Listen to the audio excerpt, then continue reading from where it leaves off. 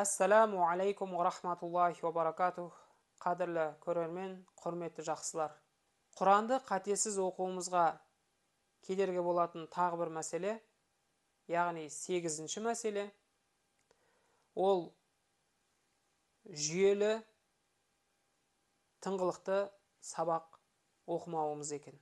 Бір аптаның ішінде 3 күн сабақ тағайындалса, бұл жүйелі сабақ деп аталады.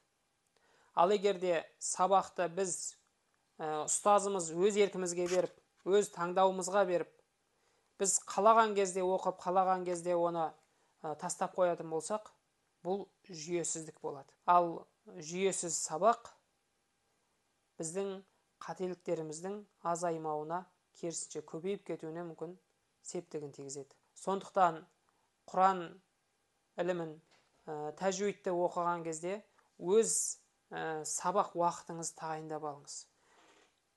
Өз сабақ күндерін тағайындап алыңыз.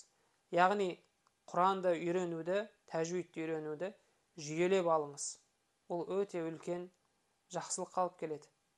Ал егер жүйесіз оқитын болсаңыз, сіз алған жаңа сабақты дұрыс түсінбегендіктен, мүмкін ұмытып қалғандықтан жаңа қателіктер пайда болуы мүмкін. Сіз ол сабақты түсіндім деп ойлайсыз, ұстаз сізге өткенде бердім деп келесі сабақты жалғастырып кетуі мүмкін.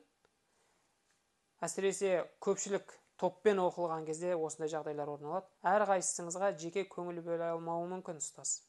Сондықтан сіз өзіңіз себепші болыңыз. Сіз өзіңіз сабағыңызды жүйелеп алыңыз. Бірде оқып, бірде тастап емес, әрдайым белгілі бір уақытта, белгілі бір күндерге қойып алғаныңыз жөн.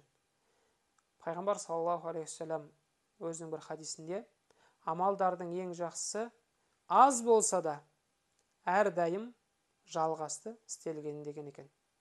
Ықыласты амал етейік, ниетімізді дұрыстайық, құрметті көрермен.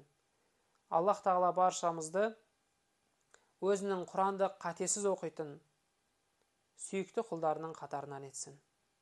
Ассаламу алейкум ва рахматуллахи ва баракатух.